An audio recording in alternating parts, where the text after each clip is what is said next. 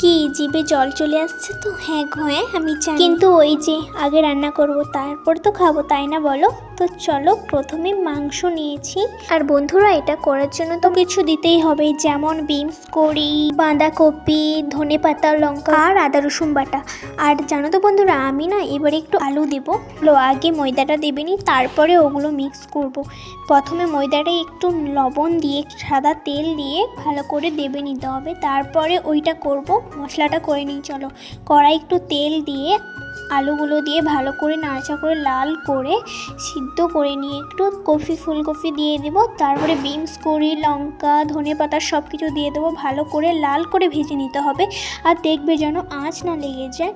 তারপরে আবার আদা রসুন বাটাটা দিয়ে দিব।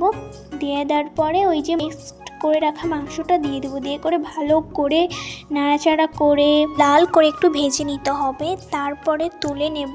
দেওয়ার পরে ওইদিকে জলটা একটু বুসকে দিয়েছি গরম করতে, এটা তুলে নিয়েছি। আর ওগুলো বানানোর জন্য আমি এটা নিয়েছি, আমার কাছে মোমো স্টিক নেই তো তার জন্য এইটা নিয়েছি। চলো বেলে নিই লেচিগুলো, তারপরে একটু পুর দিয়ে করে মাংস পুর দিয়ে করে ভালো করে মুড়ে নেব। আর তোমরা একটু ভিডিওটা আস্তে করে দেখবেই বুঝতে পেরে যাবে আমি কেমন মুড়েছি। তো আমি না এই প্রথমবার করছি, কেমন হয়েছে জানি না। আমি মোমোগুলো বসিয়ে দিয়েছি, এটা এখন 20 মিনিট মতন হবে, তারপরে তোমাদের দেখাবো। না হয়ে গেছে, মোমোটা এক গাল মুখে নিয়ে বলো তো কেমন হয়েছে। পারলাম তো তোমাদের আবদার আজ পূরণ করতে।